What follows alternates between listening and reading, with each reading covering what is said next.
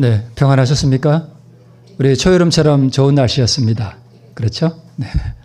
자, 우리 그림에 우리 보면 무슨 장면 같죠? 우리 성만찬 예식을 지금 하고 있습니다. 우리 지난주에 이어서 오늘은 나를 기념하여, 지난주에는 이제 세종 예식에 관한 거였고, 또 오늘은 성만찬에 대해서 이렇게 나타나고 있습니다. 저희도 한번 성만찬 해야 되겠죠? 세종 예식을 통해서 우리 마음의 준비가 된 다음에 그 다음에 우리가 성만찬 예식에 참여하게 되어 있습니다.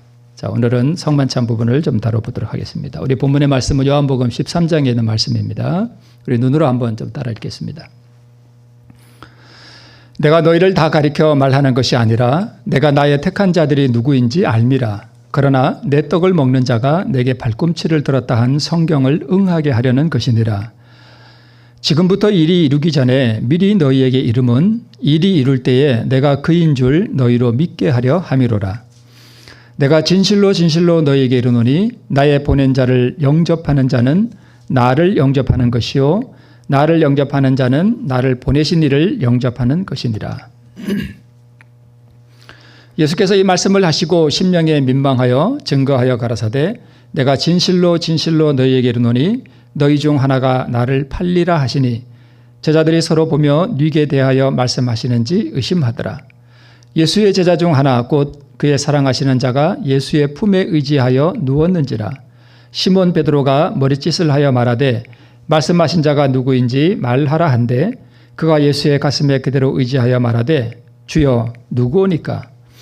예수께서 대답하시되 내가 한 조각을 찍어다가 주는 자가 그니라 하시고 곧 한 조각을 찍으셔다가 가롯 시몬의 아들 유다를 주시니 조각을 받은 후 곧 사단이 그 속에 들어간지라. 이에 예수께서 유다에게 이르시되 내 하는 일을 속히 하라 하시니 이 말씀을 무슨 뜻으로 하셨는지 그 앉은 자 중에 아는 이가 없고 어떤 이들은 유다가 돈꾀를 맡았으므로 명절에 우리의 쓸 물건을 사라 하시는지 혹 가난한 자들에게 무엇을 주라 하시는 줄로 생각하더라.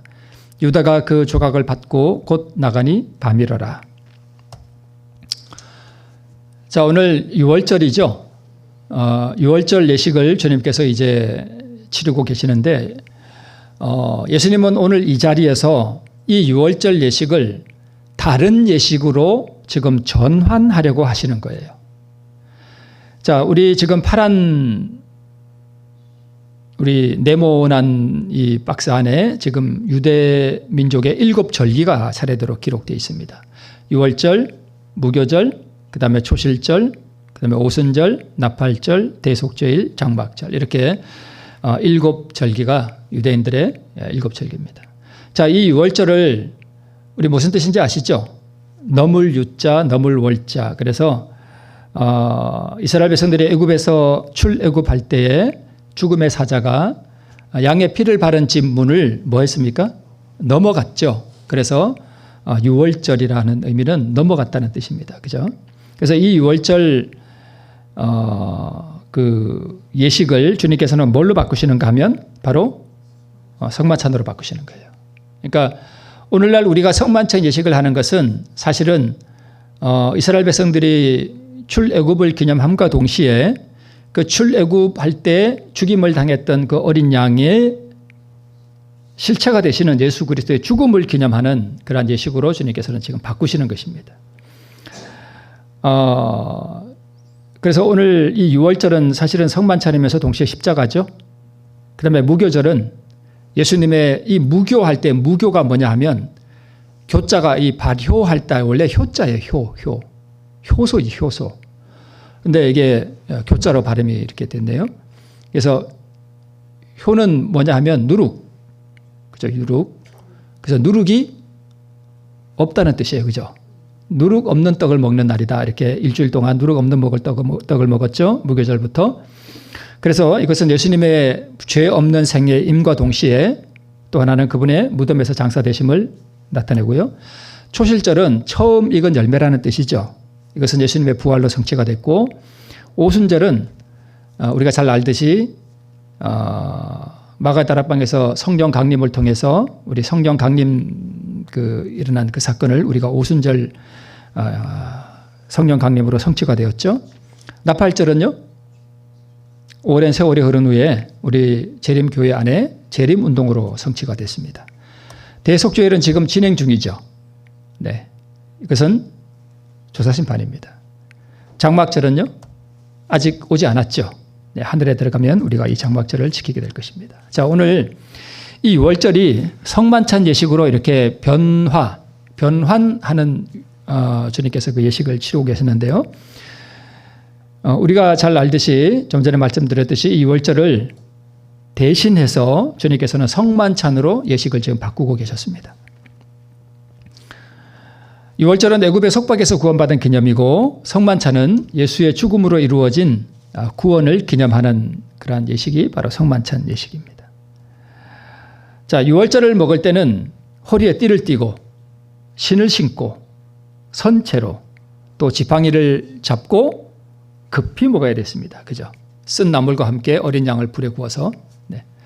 그런데 성만찬은요, 제자들이 비스듬하게 앉아가지고 느긋하게 이렇게 성만찬을 먹었습니다. 성만찬은 저는 성만찬을 하면 좀 그렇게 뭐 이거 보자기 걷고 나서 이거 하고 참 저는 지금 해도 잘 못하겠어요. 이거. 그다음에 다 덮고 나서 또 뭐 이것 걷고 저거 덮고. 성만찬은 원래 그런 게 아니에요. 그죠? 그건 인간이 만든 거고, 성만찬은 원래 뭐냐 하면 그냥 식사예요. 그래서 삼육대학에서 어떤 교수님이 실제로 그 학생들과 성만찬을 진짜 떡을 만들어 가지고 식사를 했대요. 그게 원래 진짜 성만찬이에요. 그죠? 그래서 이 떡을 우리가 먹으면서 예수님의 그 죽음을 기념했죠. 그래서 그런 절차도 물론 형식도 중요하지만 그렇게 우리가 정말 이렇게 둘러 앉아서 떡을 진짜 큰 떡 갖다 놓고 누룩 없는 떡, 그래서 우리가 떡을 이렇게 앉아 먹으면서 우리가 진짜 성만찬다운 성만찬을 한번 했으면 좋겠다는 그런 생각도 듭니다. 자, 그러면 이 7절기를 종말적으로도 우리가 저거 한번 적용해 볼 수 있는데요. 이 6월절은 앞으로 이제 올 것, 앞으로 오는, 이거는 그냥 제가 한번 적용해 본 거예요. 6월절은 6월절 성만찬을 드시고 난 다음에 바로 그날 밤에 예수님께서 폭도들에 의해서 잡혀가시죠. 그래서 폭도들이 다가오는 이 사건은 앞으로 우리 재림교인들이 겪게 될 경험이죠. 뭘 상징할까요? 일요일 법령과 다가오는 환난들을 상징해요. 그래서 일요일 법령을 상징하고요. 그 다음에 일요일 법령이 우리에게 다가올 때에 우리 재림교인들은 사실 어떤 상태에 있어야 되는가 하면 무교절의 상태에 있어야 됩니다. 무교절은 이 누룩은 두 가지를 상징하죠. 그 중에 하나가 죄를 상징해요. 그래서 일요일 휴업령이 다가올 때 우리 재림교인들의 특별한 상태는 어떤 상태인가 하면 죄와 분리된 상태, 그 다음에 죄를 짓지 않는 그런 성품이 준비된 상태로 우리가 일요일 휴업령을 맞이해야 됩니다. 만약 이 상태가 준비되어 있지 않다면 상당히 위험해요. 그래서 우리가 늦은 비를 받고 죄의 도말을 받는 그러한 상태가 되려면 우리가 정말 죄와 분리된 상태로서 죄를 짓지 않는 그런 성품의 상태로 우리가 지금 준비되어 가야 하는 중에 우리가 있어야 됩니다. 초실처럼 처음 익은 열매죠. 그래서 우리가 재림교인들은 이 마지막 시대에 처음 익은 열매가 되어야 돼요. 하나님 앞에 온전하게 계명을 순종하는, 그분의 율법에 순종하는 것이 무엇인지를 삶 속에서 경험하는 사람들, 첫 열매가 바로 우리 재림교인들이 되어야 됩니다. 그래서 하나님께서는 우리 재림교회를 세우시고 우리 재림교인들을 부르시고 율법에 완전하게 순종하는 한 백성을 만들어내시려고 하는 거예요. 온 우주 앞에 하나님의 율법은 지킬 수 있다는 것을 드러내시기 위해서. 그래서 우리 재림교인들은 사실 마지막 시대에 뭐가 되어야 된다고요? 첫 열매가 되어야 됩니다. 그 다음에 오순절은, 원래 오순절에는 떡 2개를 만들어서 이렇게 먹었죠. 그래서 이 떡 2개가 사실은 저는 종말적으로 어떻게 적용되는가 하면 우리 재림교인 중에 이렇게 준비된 이들과 개신교회 중에 정말 신실하게 준비된 이들이 하나로 연합하게 됩니다. 이 일들이 일어나게 돼요. 그래서 저는 오순절을 마지막 리즘비에 적용, 그러니까 동시다발적으로 진행되고 또 적용되면서 동시에 두 교인들의 연합으로 저는 봅니다. 자, 그래서 레위기 23장에 보면 오순절을 지킬 때 초실절로부터 50일을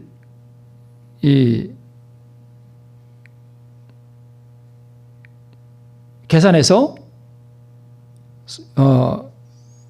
하나님 앞에 드릴 때에 떡 2개를 가져다가 흔들어서 하나님 앞에 드렸습니다. 이 떡 2개가 바로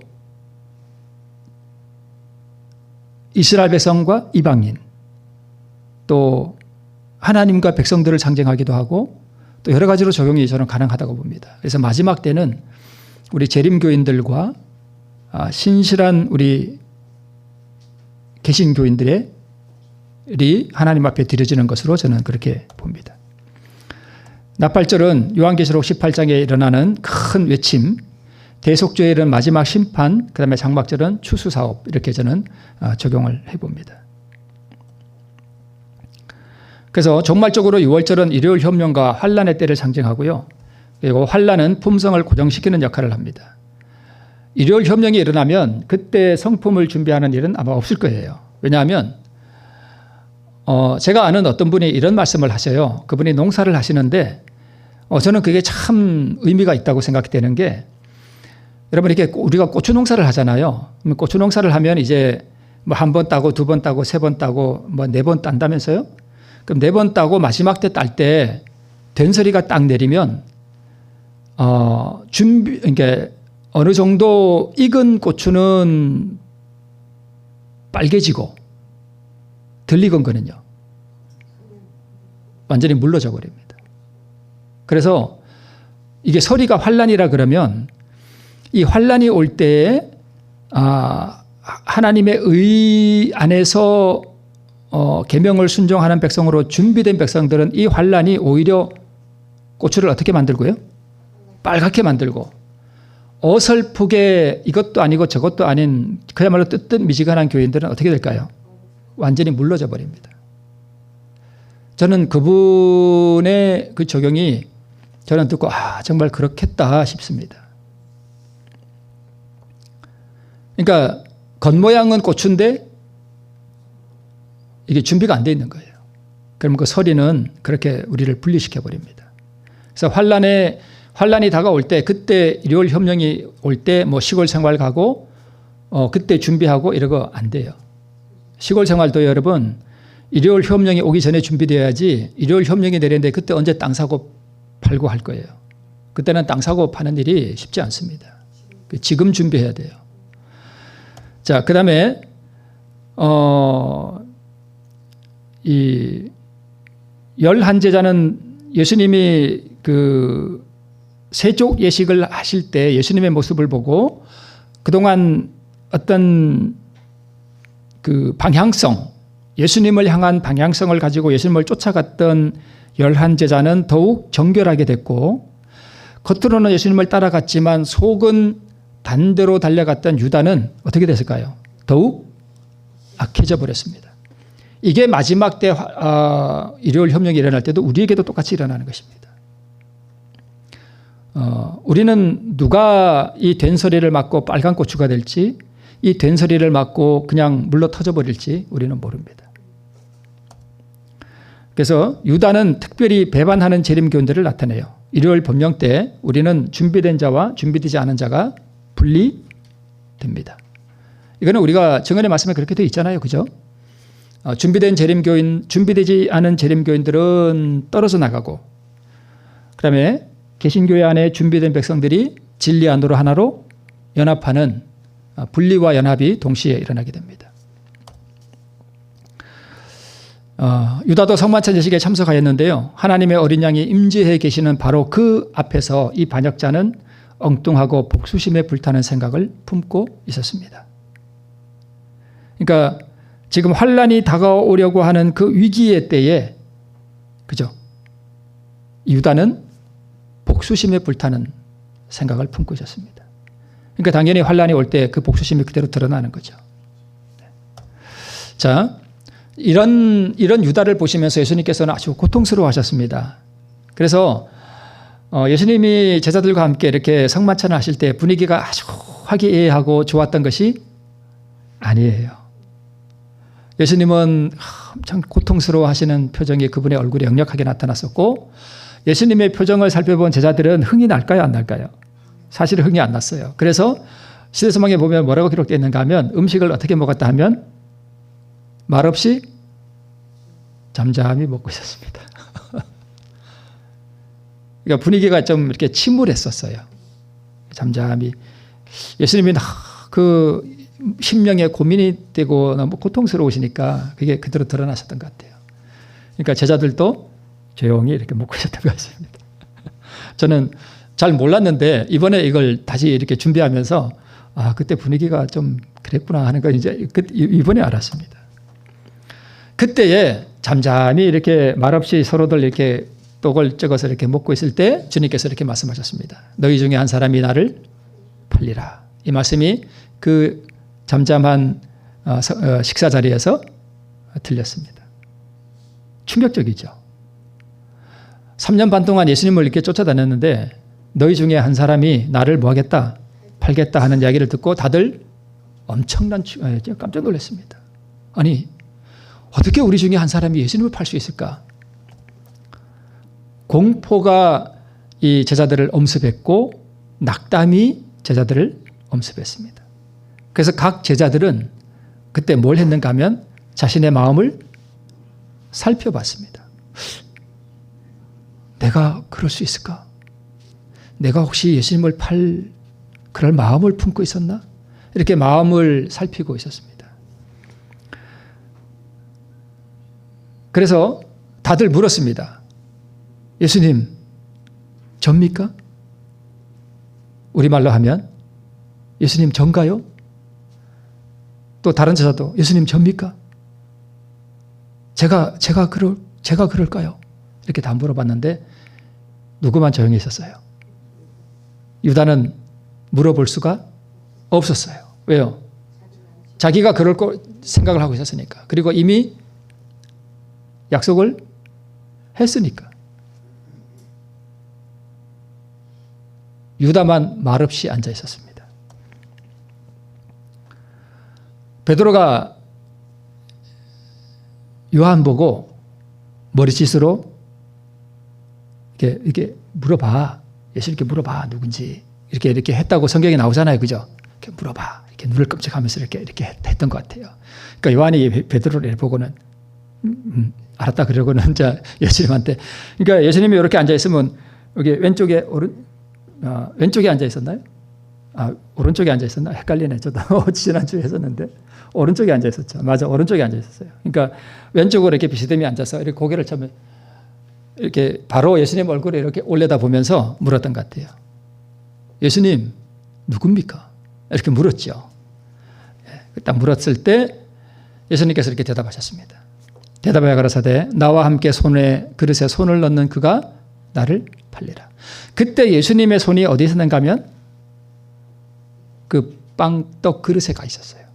그런데 그때 동시에 누가 그 그릇에 같이 들어왔는가 하면 유다의 손이 거기 같이 들어왔습니다. 대답하여 가라사대 나와 함께 그릇에 손을 넣는 그가 나를 팔리라. 인자는 자기에게 대하여 기록된 대로 가거니와 인자를 파는 그 사람에게는 화가 있으리로다. 그 사람은 차라리 나지 아니하였다면 제게 좋을 뻔하였느니라. 이렇게 말씀을 하셨는데 이때 분위기가 어땠냐 하면 요한이 주여 누구오니까 라고 물을 때 다른 제자들은 서로 웅성웅성거리고 누구지? 누가 그럴 수 있을까 하면서 약간 소란스러웠습니다. 그러면서 그때 상황을 이렇게 시대서방이 말씀하고 있습니다. 혼란한 중에 유다는 요한의 질문에 대답하시는 예수님의 음성을 듣지 못했습니다. 나와 함께 그릇에 손을 파는 자가 나를 팔리라 하는 얘기가 오수선하고 오수수수 하는 소리에 유다가 듣지 못했습니다.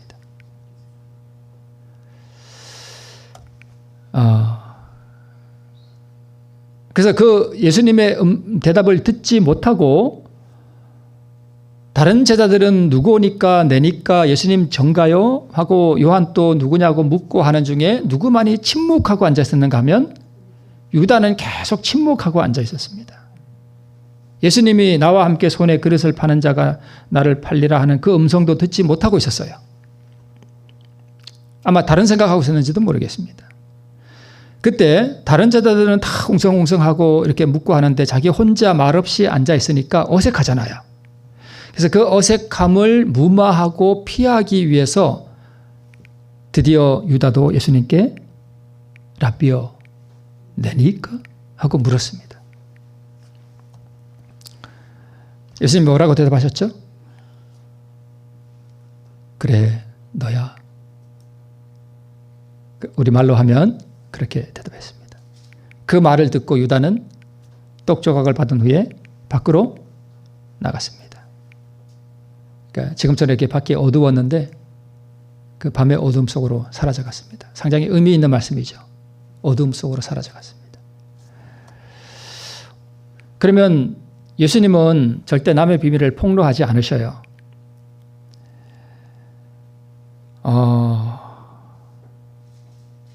근데 예수님은 왜 폭로하셨을까요? 유다는 돈꾀를 맡고 있었고요. 그 돈꾀 중에서 일부를 자기 주머니에 넣었거든요. 예수님은 그걸 다 알고 계셨어요. 한 번도 그것을 예수님께서 폭로하지 않으셨습니다. 그런데 자신을 유다가 팔리라고 하는 것은 예수님이 왜 폭로하셨을까? 그것을 이렇게 말씀하고 있습니다. 첫 번째는 자신이 메시아라는 증거를 제자들에게 주시기 위해서 그렇게 했습니다. 왜 그런가 하면 만약에 예수님이 잠잠히 계시다가 그런 걸 전혀 말씀하지 않으셨다가 유다가 예수님을 배반하고 그렇게 당해서 만약에 끌려갔다면 우리 예수님은 다 미래를 아시는 분인데 왜? 그럼 모르셨나? 하고 제자들이 뭐 할까요? 의심이 들어요. 그분이 메시아가 맞나? 이런 생각이 들 거 아니에요. 그죠? 그래서 그러면 그분은 닥쳐올 일을 잘 알지 못하는 그냥 평범한 사람일 뿐이구나 이런 생각이 들 수도 있습니다. 그래서 고난의 때에 이 예수님의 이 폭로는 제자들에게 뭘 줄 것이었다고 기록되어 있는가 하면 바로 그분이 진정한 메시아라고 하는 믿음을 줄 것이었습니다. 그래서 유다의 죽음을 봤을 때에 인자를 파는 그 사람에게는 화가 있으리라 하는 예수님의 말씀을 딱 기억하고 이분이 예수님이 자기 제자 중에 유다가 자기를 팔 줄 다 아시고 인자를 파는 그 사람에게는 화가 있겠다고 한 그 말씀이 유다에게 그대로 이루어졌구나. 이분이 진짜 메시아구나 하는 그 믿음을 주기 위해서 폭로하셨습니다. 유다가 어떻게 죽었죠? 가서 끌려가는 예수님의 모습을 보고 양심의 가책을 받아가지고 대제사장에 가서 자기 받은 돈 던져줬죠. 받으래. 예수님 풀어달라니까 안 풀어주니까 돈 던져버렸잖아요. 그리고 나가서 나무에 목을 맸습니다. 근데 유다가 키가 훤칠하고 아마 몸무게가 좀 나갔던 것 같아요. 그러니까 이 나무가 좀 썩은 나무에다가 맸는지 아니면 줄이 좀 옛날 줄은 나이롱 이런 게 아니잖아요. 그죠? 그러니까 이게 옷도 이렇게 옛날 옷은 지금은 찢지 못하지만 옛날 옷은 이렇게 찢을 수 있었거든요. 그러니까 아마 이게 떨어졌던 것 같아요. 그래서 높은 나무에서 떨어졌는지 떨어져서 창자가 터져버렸습니다. 그래서 예수님이 그 십자가를 메고 이렇게 지나가실 때에 그걸 봤습니다. 유다가 목을 맸는데 떨어져서 창자가 나와버렸어요. 개들이 그걸 먹고 있었습니다. 그래서 제자들이 그걸 본 거예요. 그래서 인자를 파는 그 사람에게는 화가 있으리라 하는 그 말씀을 기억하시고 이분이 진짜 미래를 다 아시는 메시아로구나 하는 것을 제자들에게 증거하기 위해서 그렇게 했다라고 기록되어 있습니다. 본문의 말씀에도 그렇게 나오죠. 지금부터 일이 이루기 전에 미리 너희에게 일러주는 것은 일이 이룰 때에 내가 그인 줄, 즉 내가 메시아인 줄 너희로 뭐하게 하려 함이라. 믿게 하려 함이라. 그래서 유다가 자신을 팔 것을 말씀하셨다고. 예. 두 번째는 예수님의 성품을 깨닫게 하시기 위해서 그렇게 폭로하셨습니다. 말씀의 뜻이 분명해졌을 때, 즉 유다가 그렇게 나가고 그렇게 화가 그에게 미쳤을 때에 흉악한 죄인을 대하시는 예수님의 그 인내와 자비를 제자들이 깨닫게 됐습니다. 아, 그분이 얼마나 자비로운 분인가, 그분이 얼마나 인자하신 분인가 하는 것을 제자들이 깨닫게 됐습니다. 그래서 이것은 우리를 위해 주신 모본이죠. 과오와 죄를 범하는 사람과 뭐 해서는 안 된다는 모본이에요? 절연해서는 안 된다는 모본을 우리에게 주셨습니다. 12제자는 뭘 상징하는가 하면 교회를 상징해요. 그래서 교회 안에는 유다 같은 사람이 어느 교회나 있습니다. 자, 그래서 우리가 성만찬 예식을 할 때는 하나님과 사단이 모두 참석합니다. 실제로 참석해요. 하나님은 그분의 자녀들을 섬기기 위해서, 또 유다와 같은 자에게는 누가 섬기기 위해서 올까요? 사단이 섬기기 위해서요. 참 희한하죠? 성만찬 예식을 진행하고 있는데, 지금 여기 떡을 먹고 세종 예식을 하고 이렇게 예식에 따라서 이렇게 진행하고 있는데, 천사들도 참석하고 마귀와 그의 사자들도 참석을 하는데, 똑같이 성만찬 예식에 참석하는데 어떤 사람은 마귀의 봉사를 받고요, 어떤 사람은 하나님과 천사의 봉사를 받습니다. 그러면 누가 천사의 봉사를 받고 누가 마귀의 봉사를 받을까요?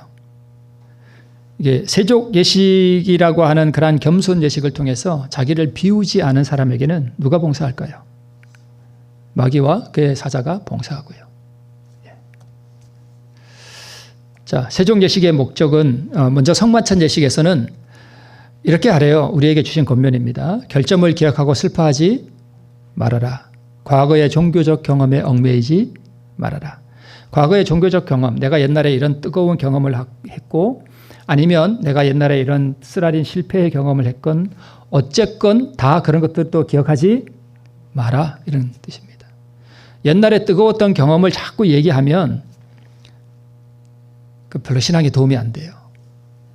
현재가 중요한 거지, 과거에 무슨 뜨거운 경험하고 무슨 경험을 했던 거, 그거 이미 다 지나간 거예요. 아무 효험이 없습니다.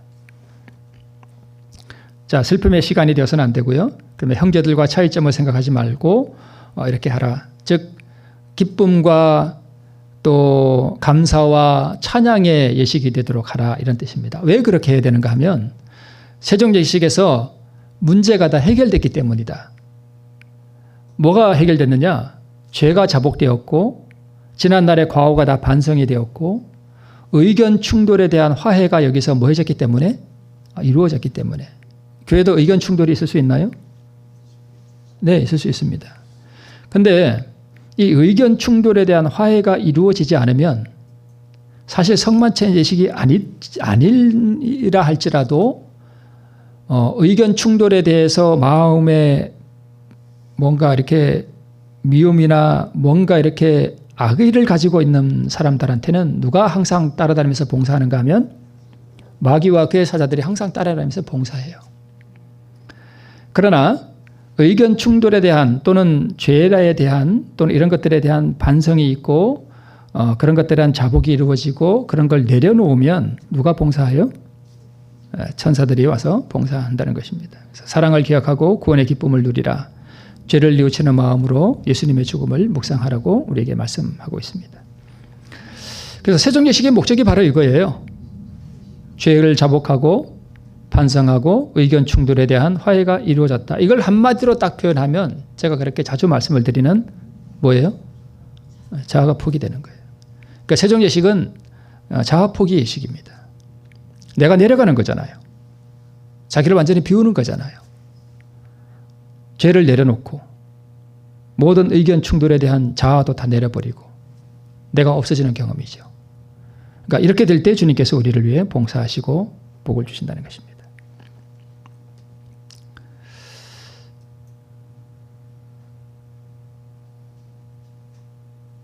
자, 그리스도의 피를 먹고 그리스도의 그 살을 먹는 사람은 영생을 가졌고 하나님의 자녀가 된다 하는 뜻이 있는데요.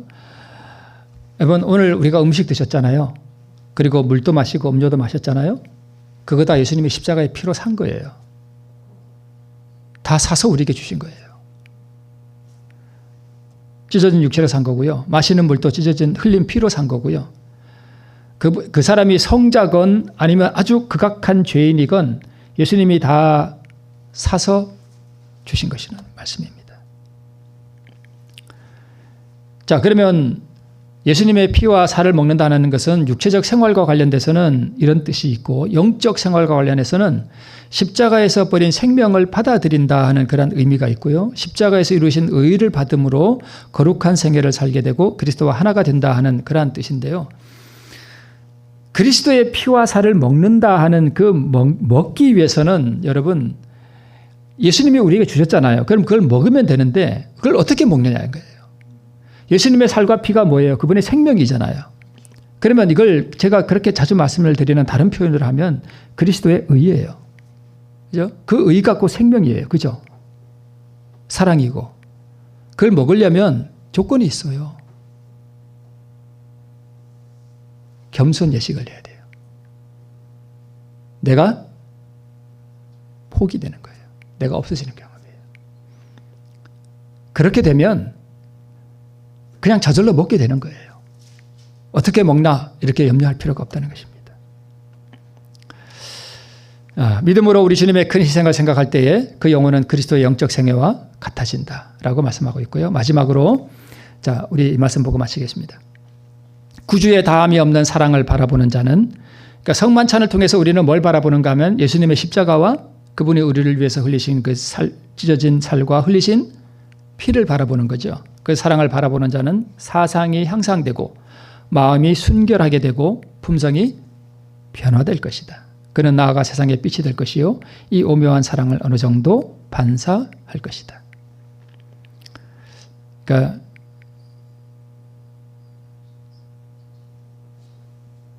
마음에 예수님이 거하는 이는 그 안에 있는 사랑을 어느 정도 반사한다는 이야기는